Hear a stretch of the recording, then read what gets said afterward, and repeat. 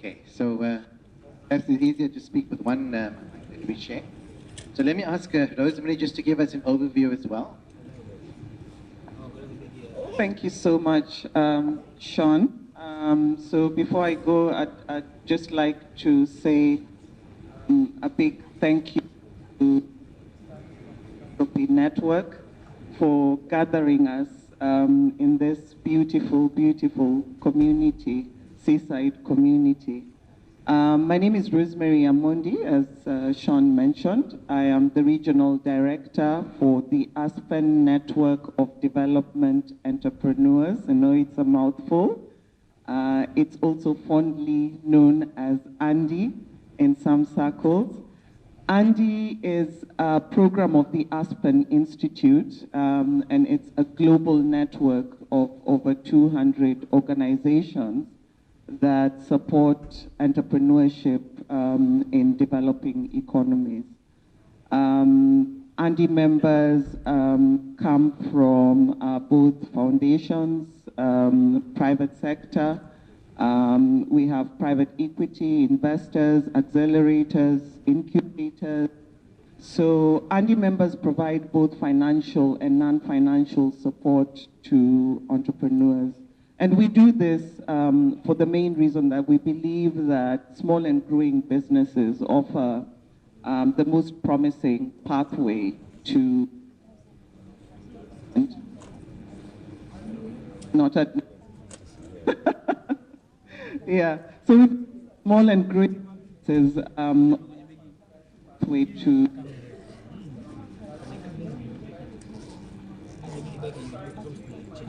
whenever and hope that you do back through the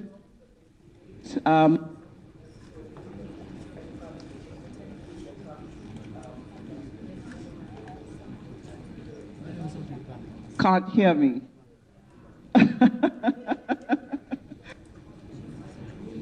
Oh, speak up.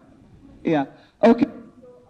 Again, so in addition to a network where we connect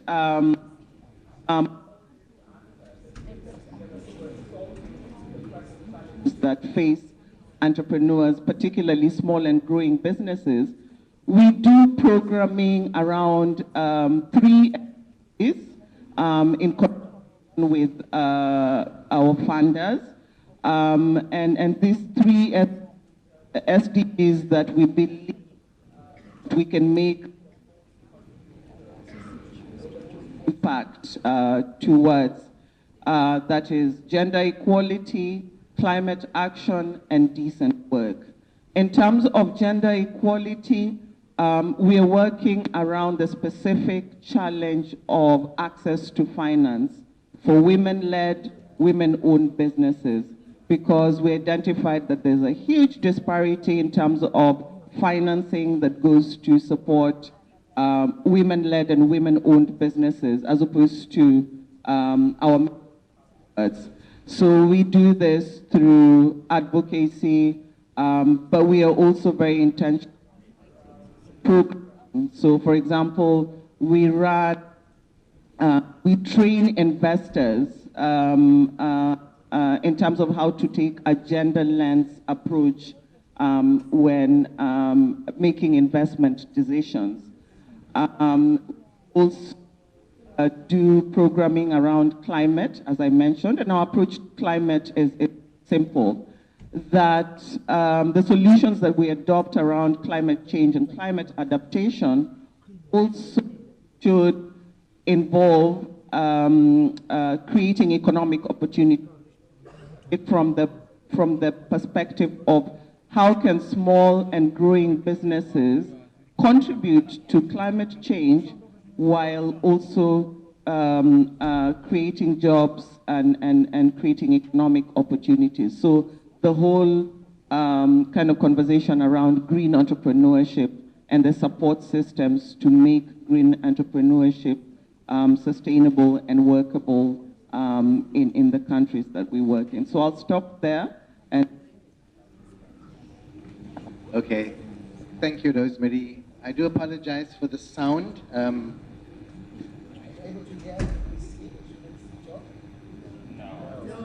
It has to be on. Okay. So let's proceed. 90 degrees, Jessica.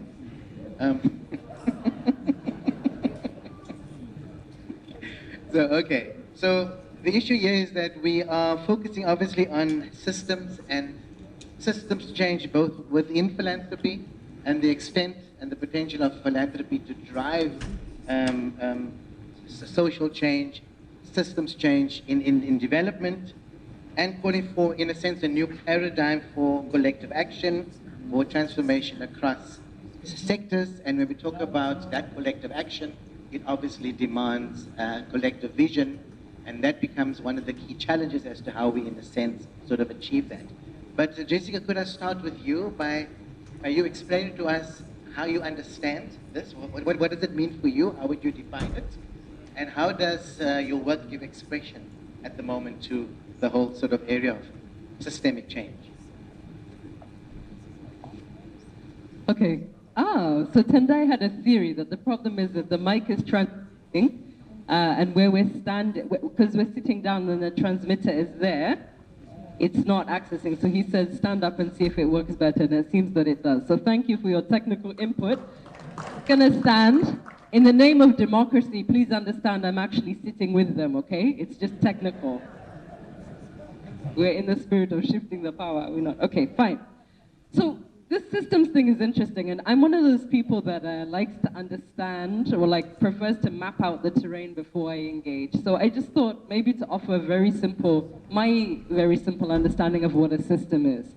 So when we talk about systems, we very often think about its elements or its actors. We talk about philanthropy and the corporate sector and NGOs, or civil society or the public or what have you. So a system indeed includes actors or includes elements.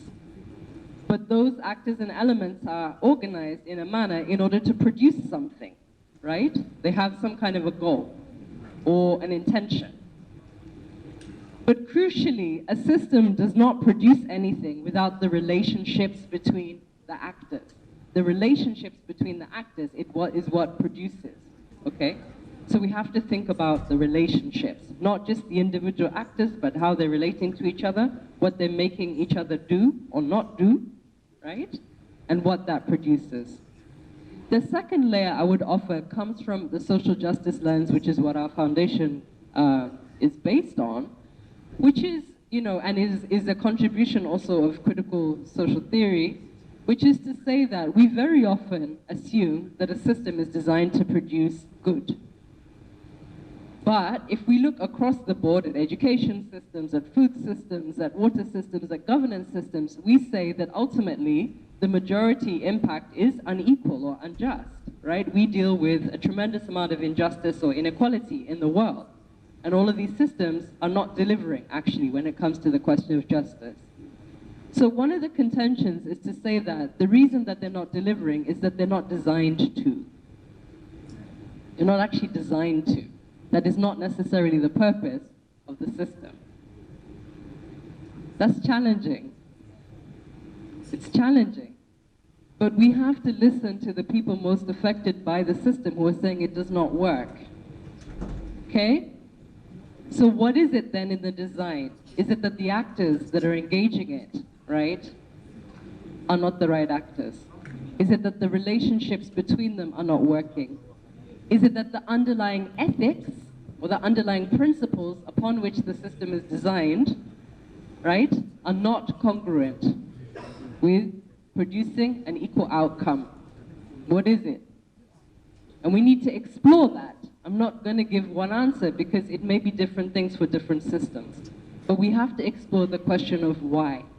Why is it that in any system that we're in, right, it is not producing the equality, the thriving, the justice, the prosperity that it is ostensibly meant to, okay?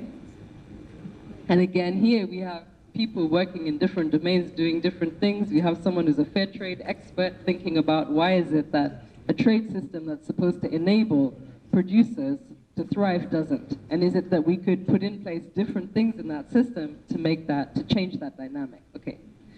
So, and it's important because again, we think about why is it that a minimum of 1 in 3 women in their lifetime will experience physical or sexual violence in the world? A minimum. That is statistically, right, corroborated. We know a minimum of 1 in 3. Why is it that we have never had a deaf or a blind head of state anywhere in the world? Why is it that our earth and our oceans are escalating in terms of their temperatures at an alarming rate? It is because there is a system producing those outcomes, okay? There is a system that is creating an environment of extreme and constant violence against women, of disability exclusion, right? Of rapid climate change in a manner that is unsustainable for life on Earth, okay? And so that is why when people come up with their big, they say big English of patriarchal and ableist and extractivist and carbon obsessed economies. That's what they mean. They're just trying to say that it is not about individuals or even individual actors. It is that there is a system underlying, right, that is producing outcomes that we find problematic. That is the why. And so we then have to work on the deeper why if we're going to change it.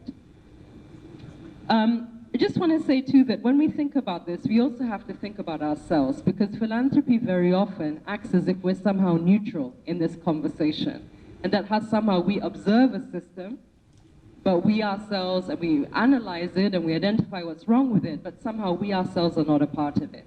So I just want to give you an example. The Ford Foundation is an endowed foundation, and at the moment the endowment is around $15 billion. That's a lot of money. Okay.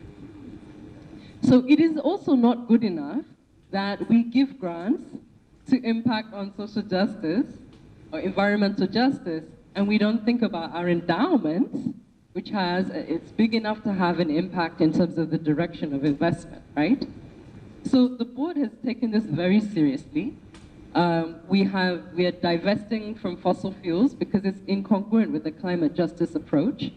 But also, there's active investment in the endowment through the mission investments work that is literally proactive, of saying we're not just not funding things that, entities that produce profit by abusing human rights or abusing the environment, but we're also proactively investing in engagements that have social benefit, that have social or environmental outcomes that are positive, right? And that is a mission investments approach. So it's just a small example, but to say that again, we have to think about ourselves, of course our HR and how we manage and who we represent and how we communicate and all of that, but also some of the other aspects of our institutions as philanthropy, and how we ensure that on a 360, we're contributing to the system's change, acknowledging that we ourselves are also part of the system. Thank you. I think we may have to use the podium effect. But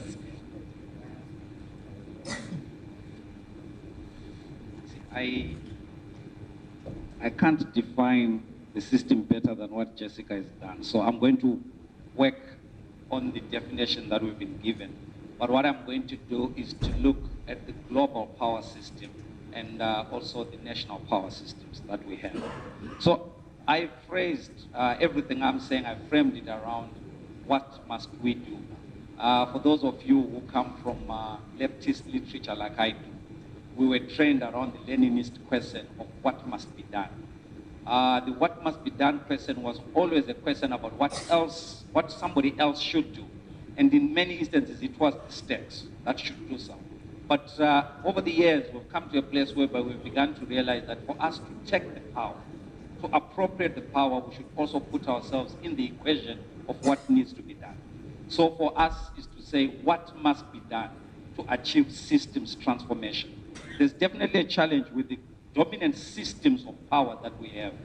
From independence up to now, the post-colonial state has yielded injustice, poverty, growing authoritarianism. So we actually, in the 21st century phenomena is actually cases of increasing poverty and inequality and an incoherent development strategy. I think there was, at the beginning, when we were decolonizing, there was talk and there was fascination with a new African-centered development strategy. You recall scholars like Claude Ake and others coming up with different plans around development. And the challenge was always to say, how do we finance this development? So most of the African originated development plans were rejected. Then those that were being imposed by foreign powers are the ones that we have implemented. Almost all the countries represented here have gone through some form of a structural adjustment program. That is a system of power and a system of economic reform, not transformation. So now we're beginning to say what must be done given the lessons we have learned and the agency that the CEO Evans made to us to realize that by the end of this conference, we should have a collective understanding of what it means to transform a system. So we need, I put 3 pillars. There's the pillar around what I call the state system. Then there is the pillar around capital formation. Then there is the pillar around investments and redistribution, where we find philanthropy in the pillar of investment and redistribution. Because the role of philanthropy really is to redistribute, yeah? Initially it was to underprivileged communities, the excess that has been made by the capitalist sector.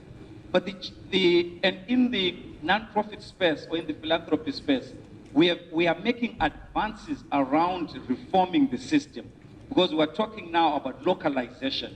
Even official government agencies like USAID are giving huge grants for localization.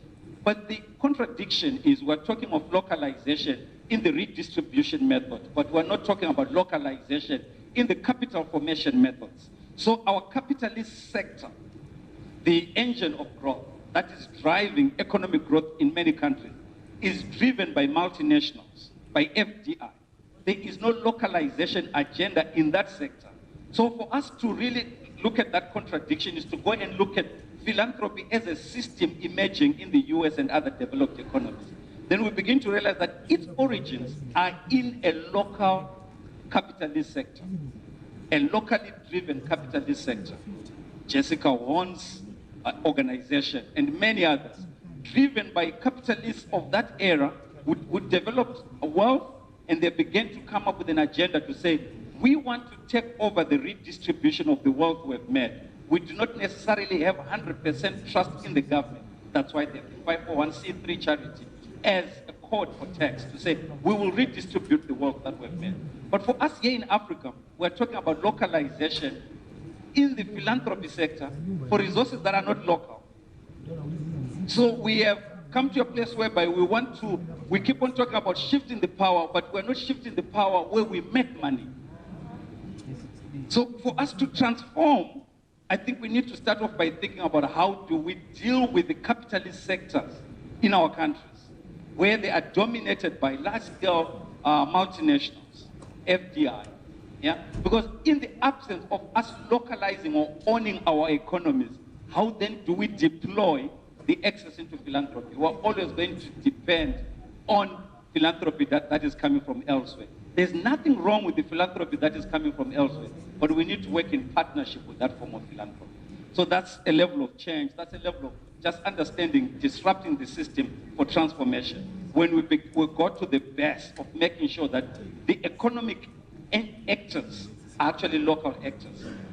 Then we also need to come back and redefine the development agenda, because the development project in Africa has been disrupted.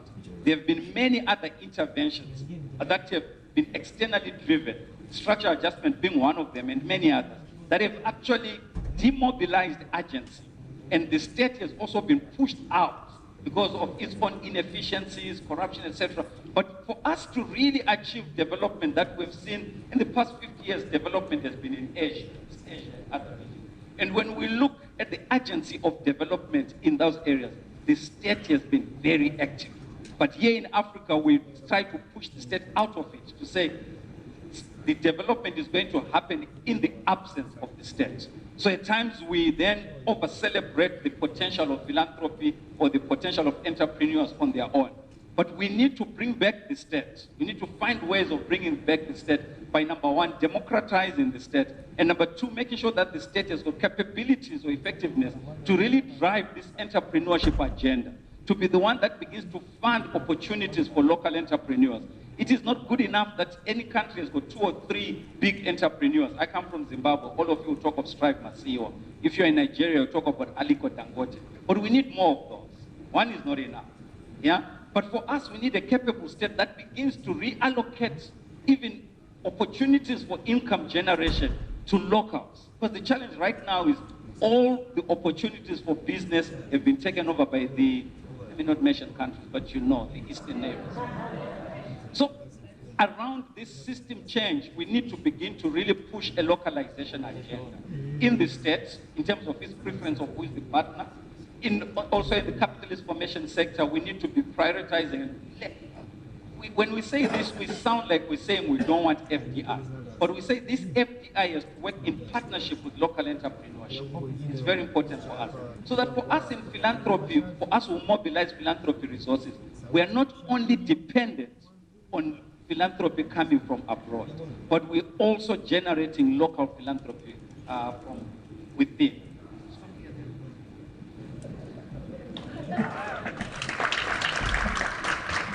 Thank you very much, Neda. So without wasting further time, Thank you, Sean. And Dr. Teresa and Jessica laying the foundation on systems change. I think there's very little to add there. I think where I want to kind of come in terms of getting this conversation around systems change going is thinking about interests and who is involved in you know, when we're talking about this change. But I think systems change fundamentally invites us to think very deeply about the challenges that are facing us and begin to move away from Band-Aid kind of solutions, as Jessica alluded, but also to have a deep appreciation of the challenges that are facing us. So whether we are talking about the inequalities that Evans and Jessica has just now kind of gone deep into, we're talking about climate change, we're talking about food security, you know, we have energy poverty. So the challenges that are facing us are quite huge, and it's almost as if they're colluding. When you think about COVID, somebody was saying that the challenges are collaborating better than we are. Just on the back of COVID, the Ukraine war came in, high inflation.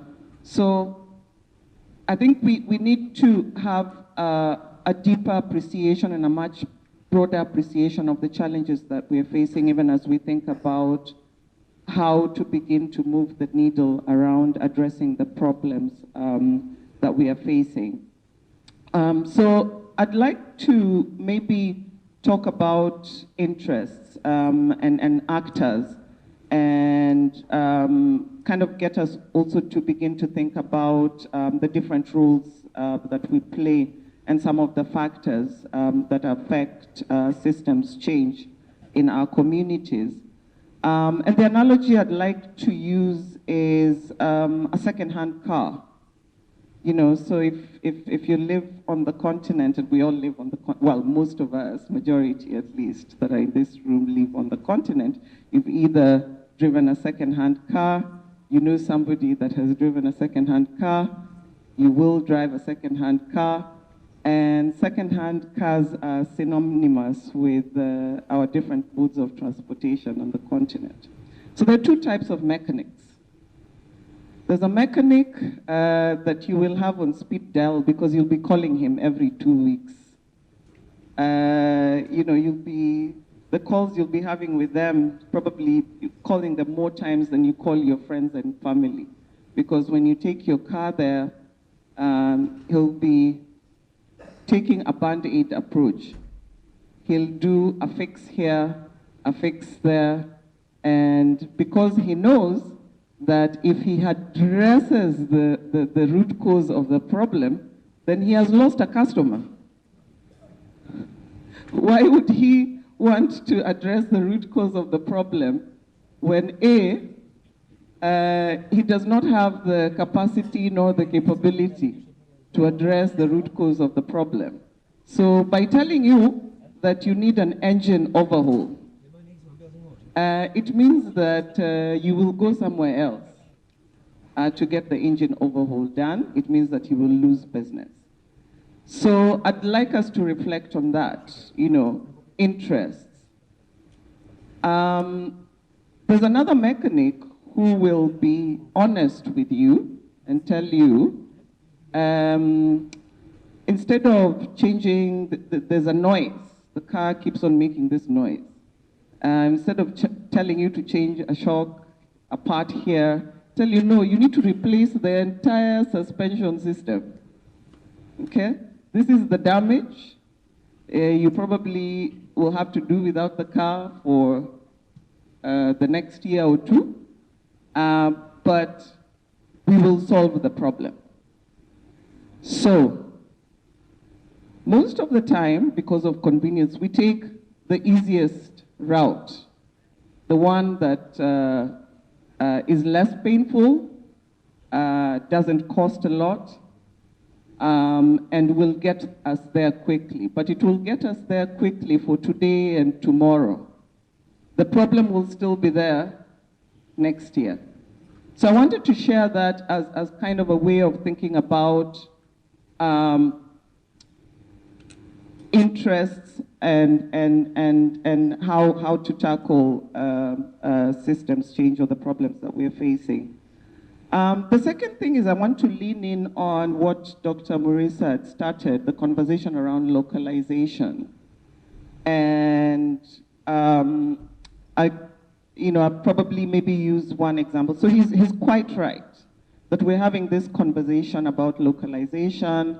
We know about the power dynamics. We know, we understand the financial system, the global financial systems, how those work.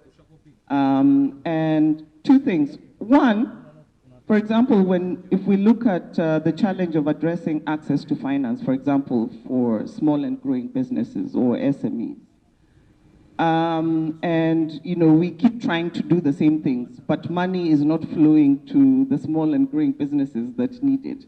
We keep doing trainings, we do financial literacy, we do all these things, we have funds. The Africa Development Bank gives money to all these banks and tells them, this is money we have given you, 5 billion, go and lend it to SMEs. But the SMEs are saying they're not getting this money. So it is a systemic problem. The reason the SMEs are not getting, well, there are many reasons. But if we really started to look at the financial system, how the financial systems are designed, from the credit rating system, the credit rating system in itself will disqualify that SME even before he gets to fill that second form that gives him access to the funding. So perhaps should we be thinking about a different type of credit rating system that is based more on reputation, our cultural understanding of debt, and so on. So those are some of the ways in which to think about systemic change. So beginning to think outside of the traditional, more or less what I would call solutions. I'm not saying that the things that we're doing are bad. I'm just saying that we've been doing them for such a long time and they don't seem to be working. The same thing we have with sorting out our agriculture and our food systems. The same interventions that we've been doing, they don't seem to be working. We seem to be having the same conversations. So this question about thinking really deeply about the problem and kind of making the hard, deep decisions about what needs to go, who else needs to be included, who has an interest. So the second element that I wanted to talk about around the issue of localization is one of the things that we are doing as a network, just responding to the conversation about localization, is, and particularly about local capital formation. So we, together with other networks, EAPN included, in Kenya, are working around deepening the conversation on impact investing. But the whole idea here is that we want to influence capital as a force for good, as a force for social and environmental investments. But in addition to that, one of the things that we're also looking at is mainstreaming the idea of impact investments, but also accelerating or crowding in local capital, whether it's private sector or public sector. For example, our local pension funds. I know when we hear about our local pension funds, this is money in the billions. How many of us are part of a pension fund? By show of hand here. That is money that sits somewhere. A lot of times the investment decisions that are made with that money sometimes have been questionable. There's issues of corruption in some cases. So how do we engage around influencing the local pools of money? And leave alone the pension funds, there's also money that is just sitting in banks that belong to diseased, unclaimed assets. How can we unlock that pool of money? This is local money, with the right governance, with the right structures and with the right systems. So I just want to trigger that as kind of just that conversation that you started, Dr. Maurice, around localization and some of the things that we are thinking about in terms of localization. Thank you.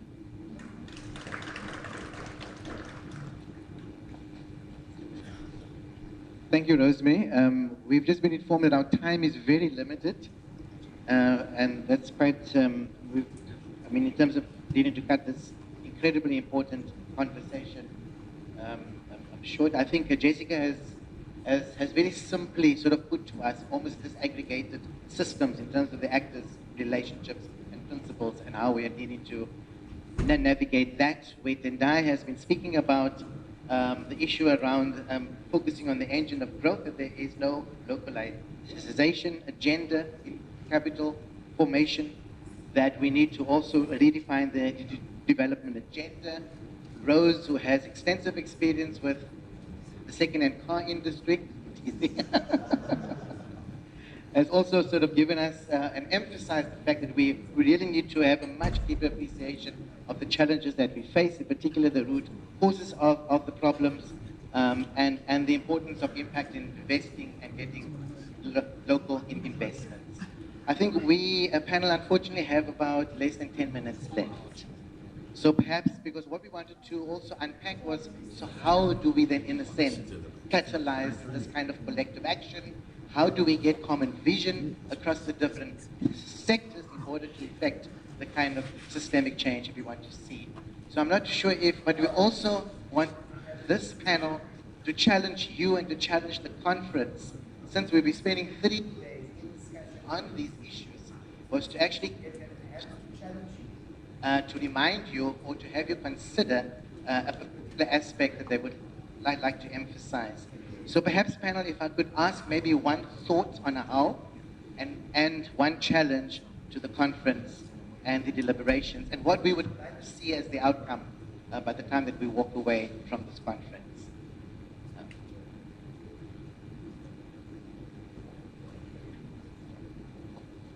3 minutes is hard. I'll give a very quick example and then okay. So the Ford Foundation was, in the ecosystem, as you know, the most common refrain coming from organized civil society is that we need core, multi-year, flexible, long-term funding, right? Okay. So Ford said, okay, we hear you, let's do it. Ford put down $1 billion in the BUILD program. It went to over 350 organizations in 30 countries, 5 years worth of funding, fully flexible. The only condition was you couldn't put the money into reserves, and you couldn't, into like long-term reserves, and that you had to just do, at the beginning, you just had to do a pretty basic open source assessment of your organization to really get a sense of what you needed. And the rest was really up to you. Okay? The evaluation showed that at the end of the period, 91% of the organizations were far more able to achieve their mission. Almost all of them significantly increased their budgets. In the East African region, we had build grantees who began with a $35,000 budget, and by the end of it, were operating on $15 million. Wonderful. And now comes the problem. Nobody else did it. And so the organizations have good budgets, they've invested in their governance, they've increased their capacity to think and analyze and, right, be more strategic in what they do, but nobody else did it. So they have large budgets and they're still not able to cover their overhead because nobody else in the system took up the call and actually shifted from project to multi-year core flexible money. So that's one point, is that, again, if only one actor in a system changes its relationship, it doesn't actually change the system. If there is a general call for transformation, we all have to listen to it and to act and to transform. Otherwise, the system doesn't change. Only one relationship in the system changes. So we really have to take that on and take it seriously. My challenge to you is to just think about this. Genuinely sit down and map what your ecosystem is. Typically in these conversations, we only ever mention organized civil society, meaning an NGO or a CBO, a philanthropic donor, or perhaps sometimes a governmental donor, and the private sector, okay? We rarely disaggregate that, and we rarely talk about anything else. So map your actual ecosystem on the question that you are facing. Who is there? Who influences what happens, okay? Because you then need to work out what are the relationships you need to pay attention to, okay?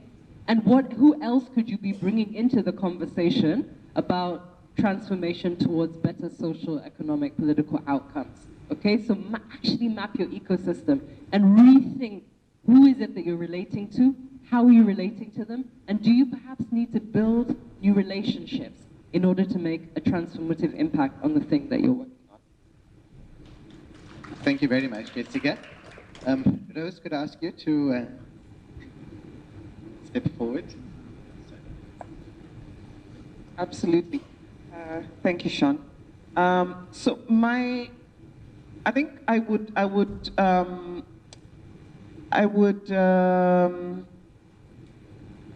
take on two things. One is on the back of what Jessica has said, on top of mapping who the actors are, who's in the ecosystem, who's doing what, who has the power, who has no power, and who else needs to be in the room, and then looking critically at those relationships, is alignment. Because I think in order to be able to spur collective action, there has to be a sense in which we are aligned. So I think asking the fundamental questions in the issues that we are working on today, these big issues, whether it's climate justice, equality, which are the organizations and who are the actors and which are the relationships that seem to be more aligned or misaligned. There are even actors who are already working together, but they are misaligned. What do I mean by that? Foundation A is working in partnership with an NGO on addressing education. But Foundation A is also working with another organization on issues that might sometimes be in conflict with the agenda that they're having. So really looking at alignment, not just in terms of A has agreed to fund. No.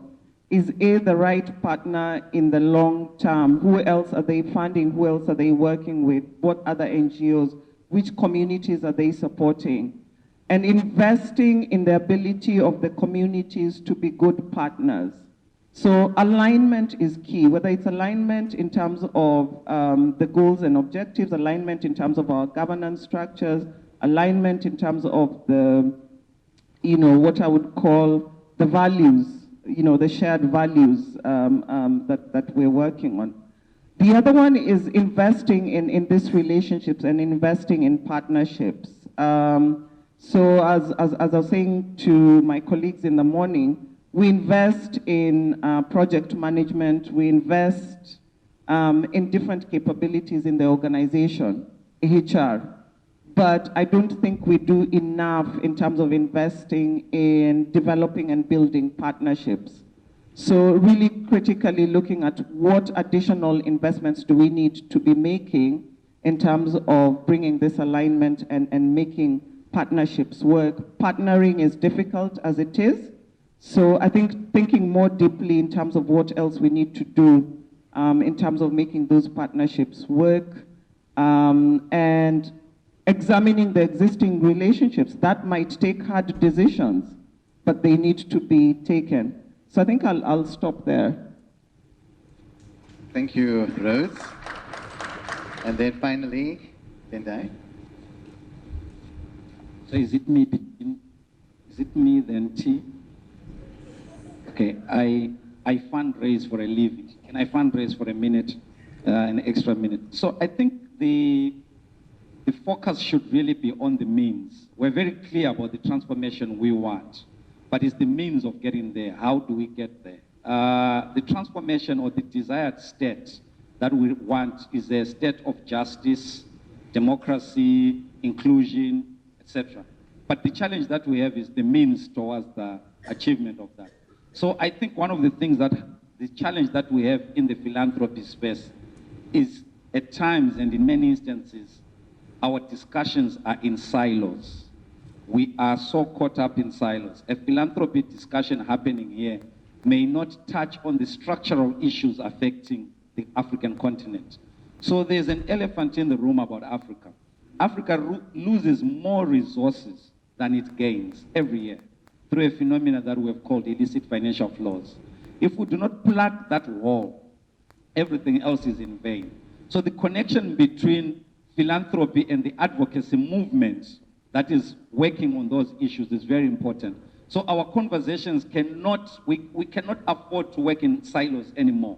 We cannot afford these comfort zones. So even our collaboration, here we have to think of colleagues or actors that we have not engaged with before. Because the problems that we deal with are of a wicked nature. Not for those, I'm not using Christian parlance here, but I'm just talking about the challenges of the policy problems that it's tough to define even its symptoms or its origins. So half the time we're dealing with the manifestation or the symptoms of the problem, but not the roots of the problem because of the wicked nature. And the moment we're dealing with wicked problems like illicit financial flows, our thinking around collaboration has to be different. It has to say how with not comfortable with governments, even external agents, multilateral agencies that are not based on the continent, but that we need for our struggle. So when we begin to think about that, this goes to the mapping idea to say, let's map the ecosystem. Let's understand that to achieve some of the goals around transformation, we are not enough. Philanthropy needs to understand that we are not always enough. There's always going to be need for us to reach out, and in a humble manner, because there's certain problems we can't even define, and begin to work across the board with governments, with the private sector, etc. So once we have done that, also the focus, I'll reiterate this, to say that for us to transform philanthropy as a sector, we really need to transform the capitalist sector. And philanthropy has a unique advantage in the sense that it can actually influence the transformation of the capitalist sector through the work that she's working on, the work that they are doing in terms of trying to catalyze entrepreneurship, but beginning to push that as an agenda that will begin to even benefit philanthropy 5 to 10 years from now. So that's the work of transformation. It's not easy, but it's work that can be done. So the challenge, I think I align with what Jessica said. The challenge is about mapping our ecosystem, but also thinking about collaborations beyond our comfort zones. Thank you very much. Thank you very much. So you've heard it very clearly. We need to map our ecosystem, as has been emphasized. We need to check on alignment or misalignment between our actors and our organizations. Invest in partnerships. I think that theme has come through very, very, very strongly. It is about the means of achieving the change that's quite important. And to sort of emerge out of our siloed sort of discussions, the sort of link between advocacy and the advocacy sort of movement, and importantly, working and engaging and discussing with actors that we are not comfortable with.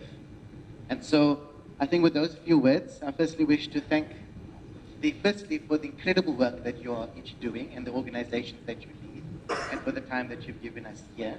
And apologize that our time was cut short. We had a lot more to say to you. But thank you very much. We bring this to a close. Thank you.